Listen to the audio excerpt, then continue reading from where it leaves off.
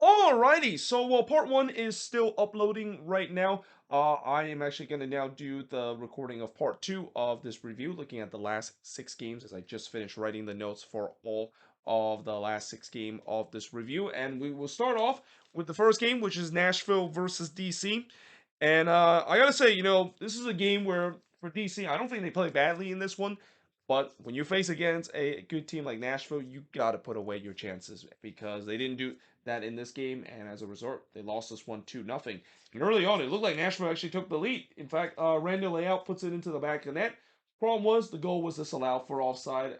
59 seconds in after it was disallowed because there was an offside on the attacking development play, and I gotta say it was very very close. In fact, I forgot which Nashville player was in an offside position, but he was not off by much. And obviously that definitely shows some displeasure in terms of the fans because the Nashville crowd and the crowd at Geodos Park immediately rang out the "Ref You Suck" chant. Now, I have heard the "Ref You Suck" chant being rang out in some of these MLS games, but it's definitely more notable when you watch Nashville game. I mean, that crowd, they tends to be a little bit too antsy in terms of the refereeing decision going against them. And when things are not going right for them, not only they're gonna boo, but they're gonna ring out the "Ref You Suck" chant. And that, yeah, it was definitely loud in that, and I don't blame him. I mean, it was very close. I think maybe if they would look on the replay, actually, if they show on the replay, they probably might even yelled it even louder because I'm pretty sure some of those Nashville fans will feel like, yeah, no way that is offside. That's too close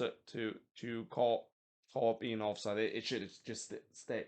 In being onside, and that should have been a goal. But nevertheless, Davis did puts it high and wide from long range.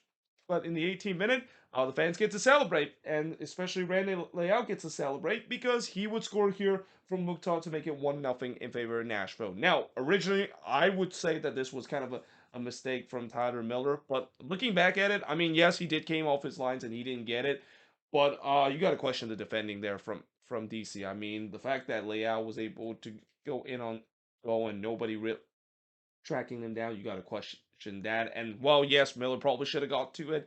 That was a clever move there from Layout to kind of go around him and hits it into the empty net. But yeah, you got to question the defending there from DC. That was not great defending. Won't be the last time I'll mention that in this one too. But in the 20th minute, Benteke did look to respond, but he missed he missed it wide on the header before O'Brien would hit one right to Villas in the 25th minute. It was a good response for DC since conceding the opener. They were looking for the equalizer. Mukhtar would hit the set right to Miller in the 25th minute.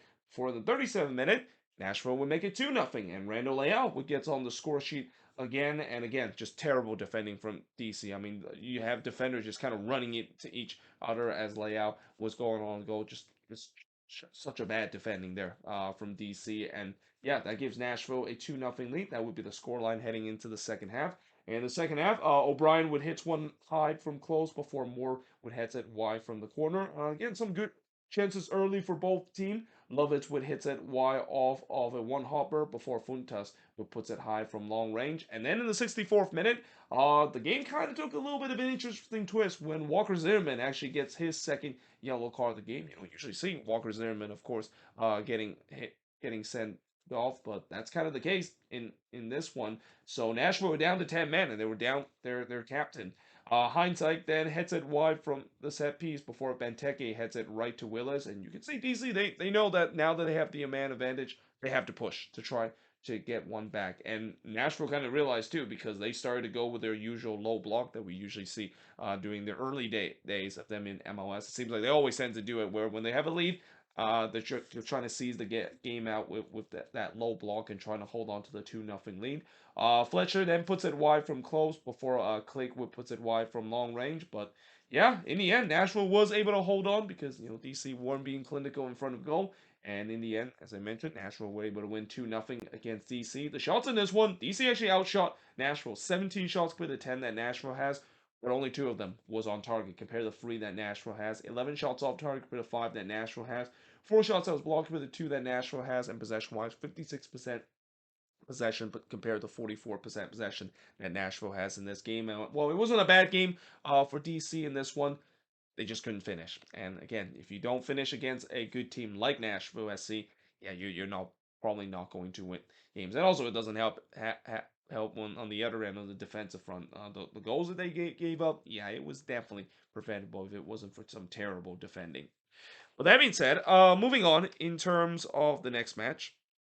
So again, this is a game that besides this one, I think everybody knew that St. Louis was probably going to win. But again, you never know. You sometimes in MLS, in a battle between the first place team versus last place team, the last place team might put a bit of a surprise. And it kind of looked like early on, just 1 minute in, as Berkey actually had to make a save to rob Cabral, who was in on goal there. But in the fourth minute, St. Louis would take the lead as Tim Parker would score from Jackson to make it 1-0 in favor of St. Louis. Just optional set piece defending there from Colorado. Like you cannot let Tim Parker being wide open there with a free header. And yeah, St. Louis made it 1-0, almost 2-0 just 2 minutes later. If it wasn't for Yarbrough robbing Giacchini from point blank, I gotta feel bad for William Yarbrough in this game because he got completely hung out to dry of a non-existent defense that Colorado has in this one. And in the 11th minute, he would concede another goal. This time it's Jared Schramm scoring from Adaniran and a Heber to make it 2-0 in favor of St. Louis. And I mean, wrote, yep, this game is done. So, yeah, this game is pretty much over after 11 minutes because I'm pretty sure Colorado is not going to come back from this one, knowing, not only the fact that St. Louis usually don't blow leads, but also Colorado, they don't usually score a lot of goals. Now, Wilson did heads it right to Berkey from the corner before Yarbrough would deny Stroud from long range in his second goal. Jackson then puts it wide from close range before Giacchini would puts it right to Yarbrough, and then Yarbrough would deny Giacchini in the 38th minute. Again, it's been all St. Louis. And again, I feel bad for William Yarbrough because, if it wasn't for him, this could have been easily 3 or 4-0 in favor of St. Louis, and that just kind of feels like it's one of those games where it's kind of man's against boys with the way how this game went on. But we do head to halftime with St. Louis leading 2-0, and in the second half, Giacchini would heads it wide from close before Blum puts it wide from long range. Leva then header is denied by Berkey, and I feel like St. Louis started to put their foot off the gas, which I mean I can understand. Yes, you're leading 2-0, you're playing at home against the worst team in the league, but yeah, you got to be careful because if Colorado gets one back, maybe just maybe they can create a little bit of a chaos. Leva then puts it wide from long range before Galvan would puts it wide from long range as well in the 78th minute. But yeah, that's pretty much it. I mean, there wasn't really much that happened in the last 12 minutes. As in the end, St. Louis got probably the easiest win that they get this season. I mean, I hate to say this, but honestly, right now, if there's any team that is playing against the Colorado Rapids, if you don't win against them, then there's some serious problem in your team. And for St. Louis with just a great season that they've been having, you just knew that they weren't going to lose this one against the Rapids.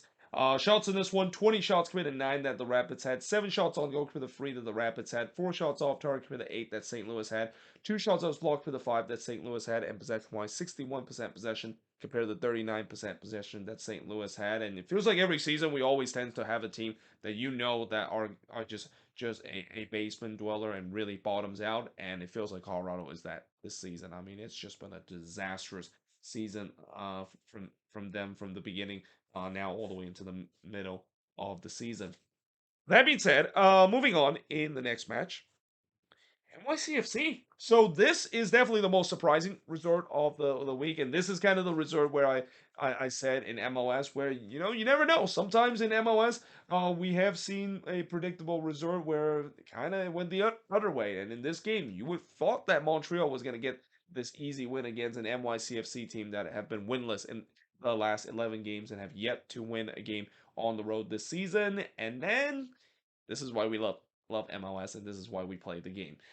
In fact, we actually didn't play this game until 9:02 p.m., so that's why this review is separated apart from the other one. I know this was part of the busy 7:30 p.m. Eastern, 4:30 p.m. Pacific, but because this game didn't kick off until 9:02, I just decided to separate this in the second part of the review. But yeah, by the time the game resumed, it seems like NYCFC was here to play because Rodriguez would hit one right to C. Was, and by the way, that 1-0 scoreline could have been more if it wasn't for Jonathan C.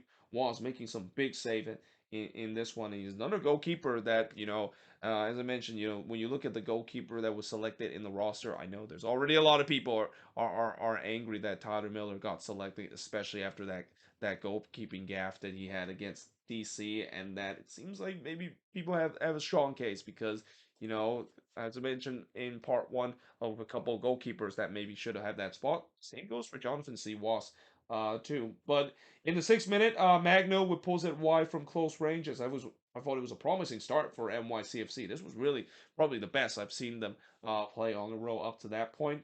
Magno then hits one right to see Wass before Corbo missed high from long range. This was one of the first shot that Montreal has had. And then in the 33rd minute, Mateus Pellegrini would score his first NYCFC goal as he scored here from Kerfoot and Rodriguez. And what a way to score your first NYCFC goal by scoring probably the goal of the week contention. I mean, well, actually, between this and the one that I'll mention a little bit later, that could be a goal of the week contention too.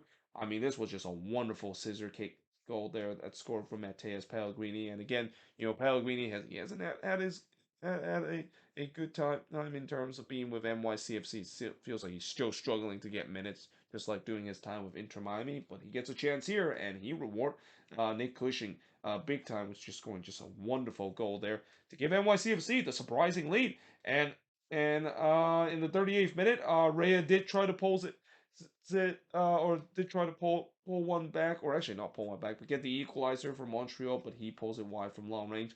Sorry, it's actually started getting late. I'm starting to get a little bit tired, which is why I'm trying to get through this review. Although, as we'll talk about in just a bit, there's definitely some games that it's going to be a little bit exciting, including the one that, of course, I attended.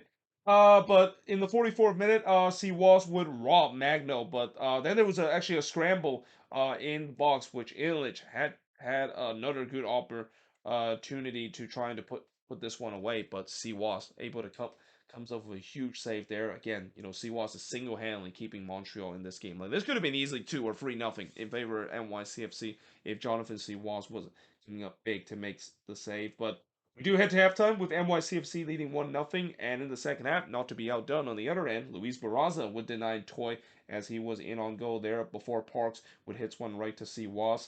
Not much really kind of happened. Like, that was really the only action we saw in the first 20 minutes, which kind of favor NYCFC because you're the road team. If you're trying to limit what the home team trying to get the momentum to get the equalizer. Though Rodriguez did thought that he give NYCFC the second goal, but the flag did not agree with him as it was raised because of offside. Barraza then denied Vecine from long range in the 75th minute, and really as the time winds down, you can see NYCFC started to be on full bunker mode. Like they were trying to hold on to this 1-0 lead. Now, normally, I don't think that's kind of a good thing when you are the road team. I mean, that row heave mode that I mentioned before. If you're the away team, you usually don't want to keep doing that, so that it can come back to haunt you. But I can maybe understand why that's the case because NYCFC they really want to hold on to trying to get the lead. They don't want to open themselves up, and then all of a sudden Montreal can get themselves the equalizer.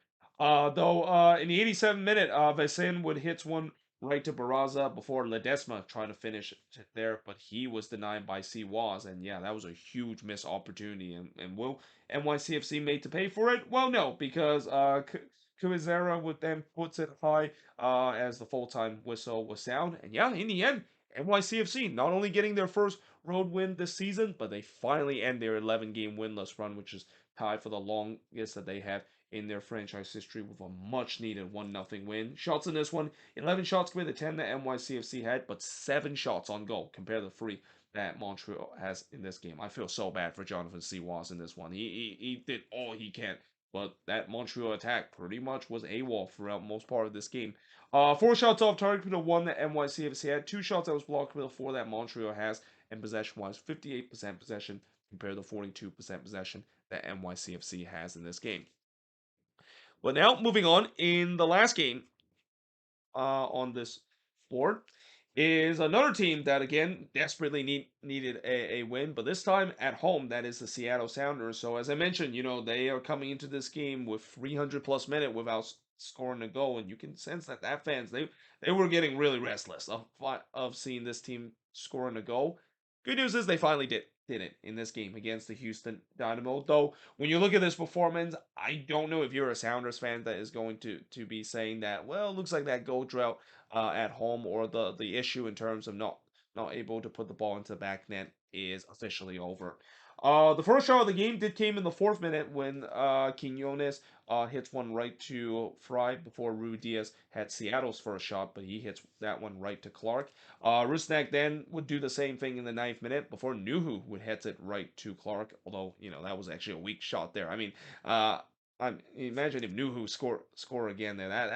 That would be the most Seattle thing if their goal drought would actually end from by Nuhu there, but it didn't happen. And again, Seattle's getting some chances, but problem that we've seen in the last 3 games, and really ever since the end of or the middle of May, no final third quality and finishing quality can be found. Bear then puts it wide from close in the 25th minute before Bartlow would heads it high from the corner, and we do head to halftime scoreless between both of these teams. Now in the second half, the post denied Artur from long range. Now, that wouldn't have counted either way because the flag went up, and I think one of the Dynamo player was in the offside position, and he kind of was screening the keeper, so that wouldn't have counted either way. But again, not much was happening in the first 15 minutes, and again, fans were getting restless too because we're now reached almost 400. We're about to approach 400 plus minutes since the Seattle Sounders have scored a home goal, and that's all the way back last month against the Red Bulls. In the 59th minute, Chu tried to end that drought, but he hits that one right to Clark. And then the 62nd minute, the Sounders were rewarded with a man up as Mikael would get himself sent off here, and this was just silly for Mikael. I mean, you just got a yellow card like 1 minute ago. There was no need in terms of making a challenge. And while the second yellow card he got, I mean, you could argue that probably maybe wouldn't be worth a second yellow card because there was not much into it. I think that was kind of also stopping a promising attack, and that's why the referee has no choice but reach out his second yellow and give Mikael his marching order. Although Ben Olsen did not agree with that. I mean, Ben Olsen was absolutely livid. He was having choice words with the referee, and unsurprisingly, he gets a yellow because of that. And then in the 67th minute, after 3 minutes or 5 minutes after the Sounders got a man up, they finally ended the drought. It's Albert Rusnak ending the home goal drought as he scored the first home goal for the Seattle Sounders in almost 400 plus minute from Chu and Ladero to make it 1-0. Lumensfield just erupted, and I don't blame them the fans to be so happy, and maybe even some are relieved too. I mean, I will say this: those Sounders where there was not really a lot of celebration. I think they would just kind of realize that at least that is off our monkey, or that's axe off our monkey, but or monkey off our back.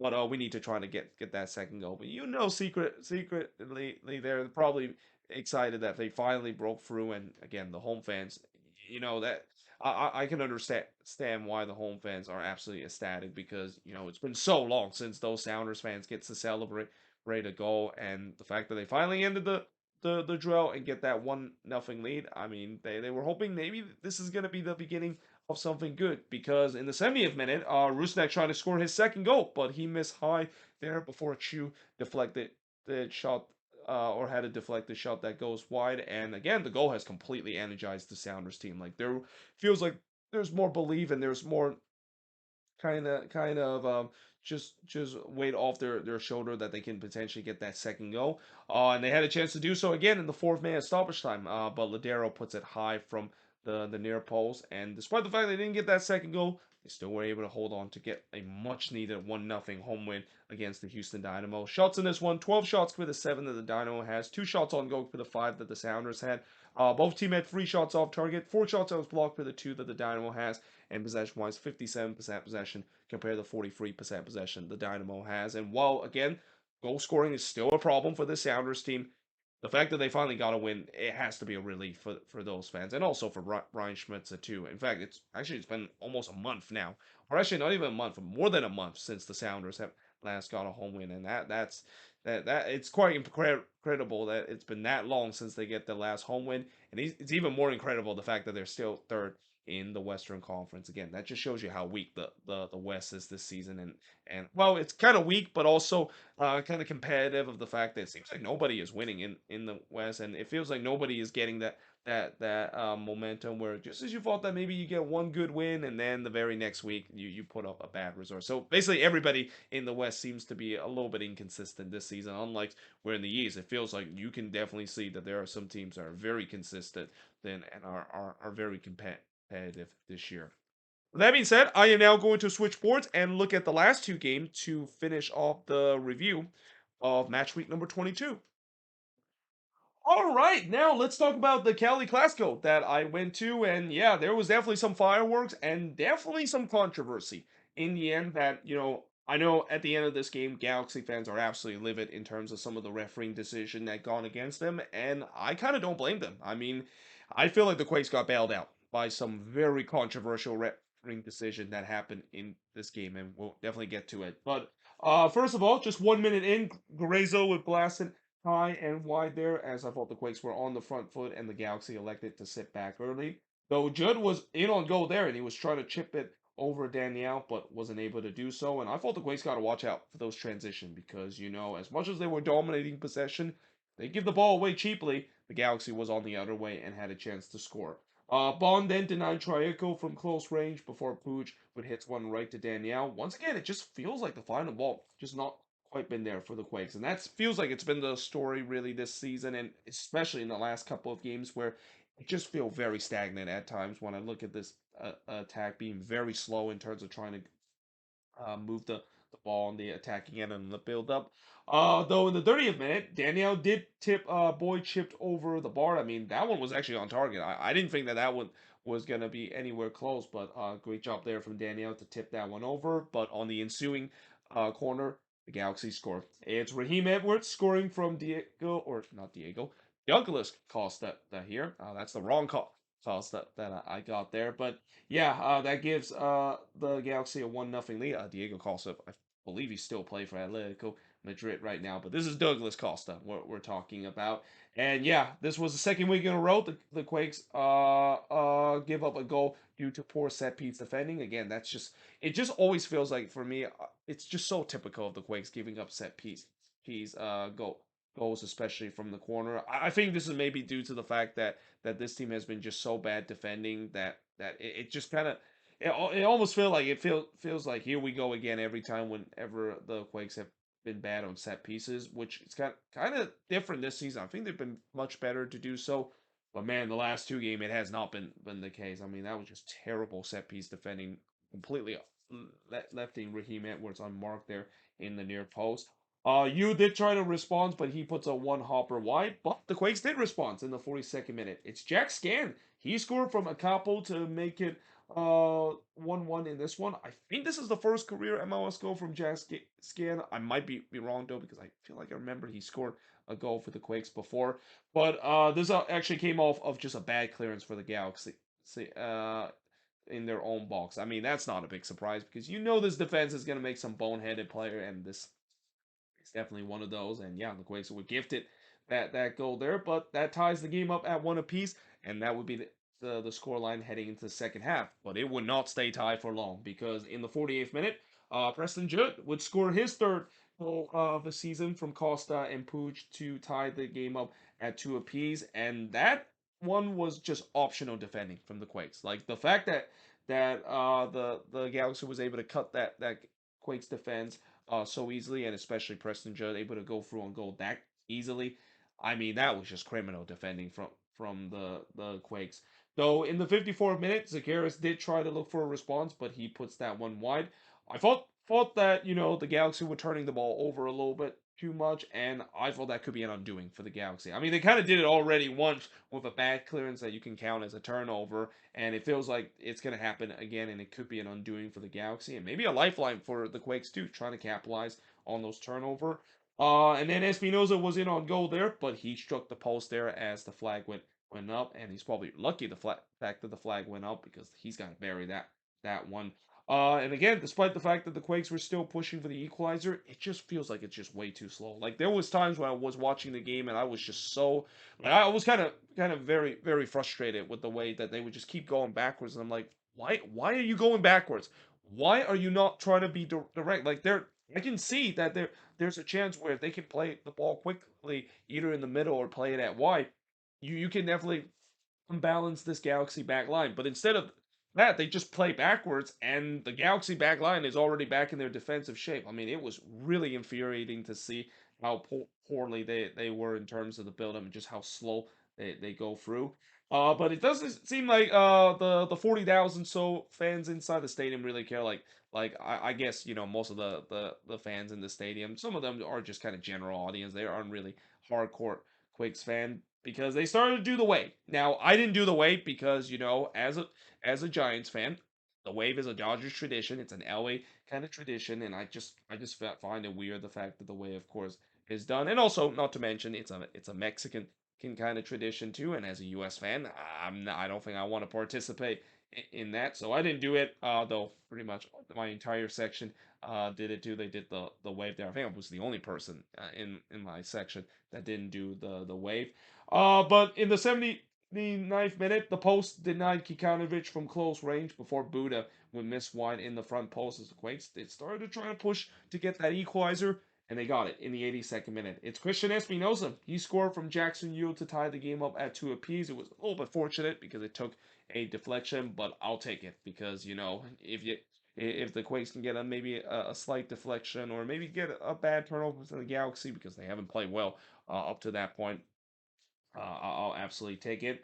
Though Ibobasi was wide open in the 84th minute, and if that ball was just on target, that's a tap in, or at least Ibobasi would have just stabbed that one in, and that would have been 3-2 in favor of the Quakes. But instead, this is where we get to the controversy because in the 89th minute, so apparently, what was originally the call here was they said it was a penalty for the Galaxy after Mensah walked down to Gary in the box. Now they actually had the referee kind of had some discussion. I mean, some of the Quakes players were making the VAR kind of sign, which I'm surprised they didn't get booked for that because I think MLS is just trying to tell players that you're not allowed to make that kind of gesture. But they eventually did go to VAR. Now, the thing is, they didn't show it in the stadium. But the good thing about Apple TV and the good thing about how there's no local restriction, I immediately grabbed my phone out and I basically watched the game on Apple TV because again, no restrictions, so you can actually watch how they actually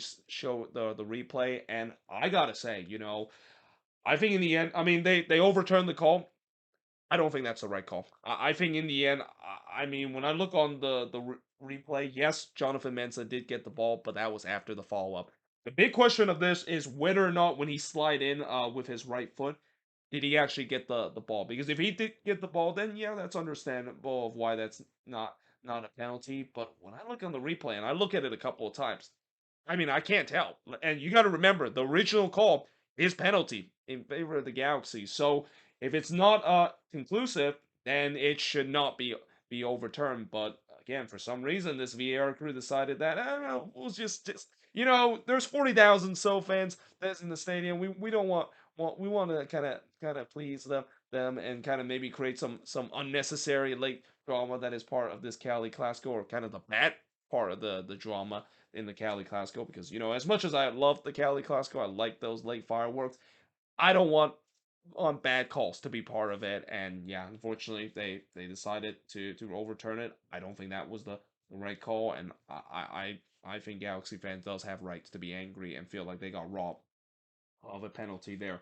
In fact, a couple of minutes later, you know what makes one bad call being bad in a game? How about two bad calls? Because in the 4th minute of stoppage time, there was a check to see whether or not if Jackson Yule foul on Costa was worthy a red card, but VAR says no. But when I look at the replay a couple of times, I mean that's a studs up challenge from Jackson Yule on Douglas Costa. Like the way that he got kind of tackled from behind and caught his cap there, that is a reckless challenge. I have no idea how that is not worthy of a straight red. Now, the good thing about this is the fact that I think Disco is still gonna look at this, and I think most likely they're gonna upgrade that to be a red card, and maybe Jackson Yo will still get suspended in the next game. And also, it was kind of late in the game where even if the Galaxy had a man up, I mean, I don't think it really makes too much of a difference, though. This is the Cali Clasico after all, but still. Yeah, some bad calls that were made at the end that really benefit the Quakes, which kind of weird because you really it's the other way around. It's usually the Quakes that are getting screwed over because of bad call. But nevertheless, it ended in a 2-2 draw, and the shots in this one 15 shots put 11 that the Galaxy had, 6 shots on goal for the 3 that the Quakes had, 7 shots off target for the 3 that the Galaxy had, 5 shots that was blocked for the 2 that the Galaxy had in possession wise, 54% possession compared to the 46% possession that the Quakes has in this game. And really, at the end of the game, nobody's going to be happy with this game. I'm also, I haven't heard anything about Greg Vanny and his post game press conference. I have a feeling he probably might be going off again because, last time when there was a call going against the Galaxy, he really gone off on the post game press conference. And so far, I haven't heard anything about that. But yeah, the Galaxy won't be happy because they feel like they got robbed by refereeing decision. And the Quakes, I don't think they're going to be happy either because, again, this was not a great performance by the the Quakes, and they really got bailed out because of bad refereeing decision and especially the attack. I'm really concerned with the attack. It has really regressed to a point where, I mean, if I watch the attack that the Quakes had and I compare that to my other team, Minnesota United, I would say that they're basically the same thing, pretty much. You know that meme, where that office meme where they basically asked this lady to show a picture and see what's the difference, and she said they're the same picture. That's kind of what I'm seeing when I compare the Quakes attack to the Minnesota United attack. Though the Loons attack is started to gone better, feels like the Quakes attack has started to getting worse as the game goes along. But that being said, moving on into the last game on this board is the lone Sunday game between Atlanta United versus the Philadelphia Union. So Atlanta, they of course got a big win in this one, but it might have come with a bit of a price.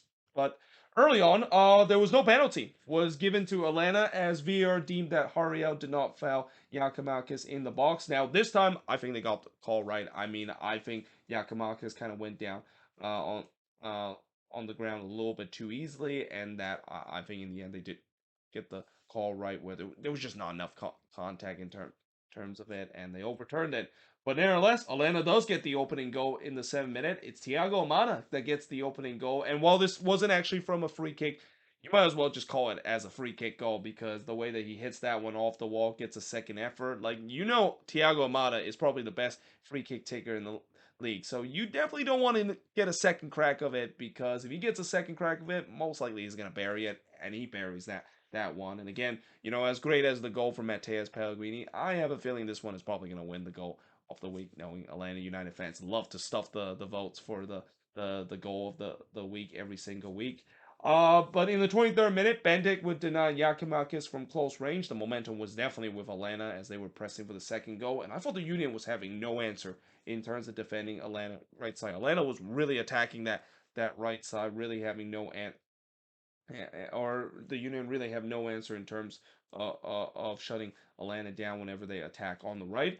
But then this is where I mention why this win might have come with a price for Atlanta United because Jajiro Yakimakis, he had to be subbed off again. And it seems like it might be a hamstring injury that he has suffered from what I heard.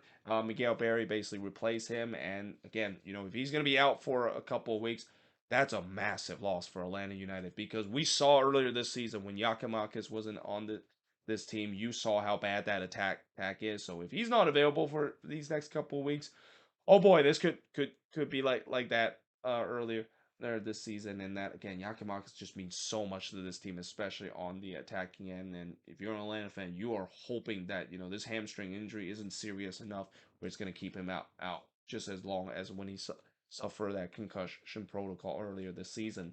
Bendik then denied Barry from close before he denied Lennon in the near post. We do head to halftime with Atlanta leading 1-0. Now in the second half, Luis Abram would puts one right to Bendik, and I thought Atlanta was on the front foot again. They were looking to try to put this game away.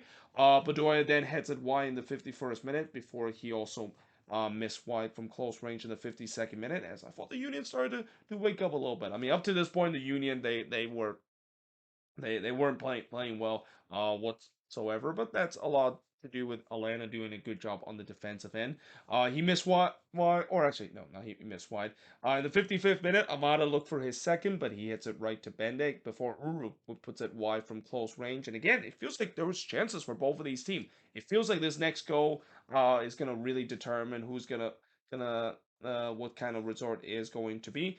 Flock did try to get that next goal, but he puts it high from close in the 75th minute. But then in the 79th minute, Atlanta got that next goal and that killer goal. It's Brooks Lennon scoring from Amada and Barry to make it 2-0. And while it was a great build up there from Atlanta, looks like a vintage Atlanta United build up there. Oh, that's one that I think Joe Bandix want to have back. I mean that one, Lennon kind of hits this one pretty well, but it was kind of near the near post. I feel like Bandit should have. I mean, he got a hand to that, but he should have got that one away. But it didn't. It was 2-0 in favor of Atlanta, and that would be the final score in this game. As the shots in this one, pretty even. 14 shots compared to 15 that the Union has, but the shots on goal tells the story. 7 shots on goal compared to 1 that the Union has.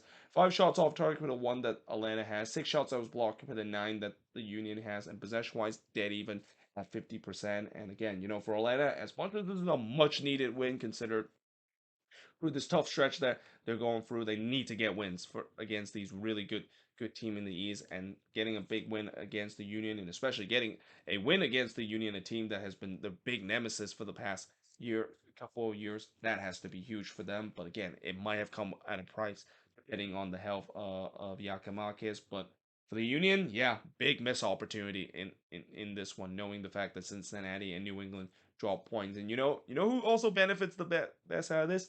Nashville did, because Nashville took care of business too. But there you have it. That is pretty much it in terms of looking at all of these games for part 2, and also looking at all the games for match week number 22. As always, let me know in the comments below what do you think of these 2 games and the other 4 games that I mentioned earlier. But until then, hope you guys enjoyed this video. If you do, make sure you guys leave a like, smash the subscribe button, and yeah, I of course will see you guys next time.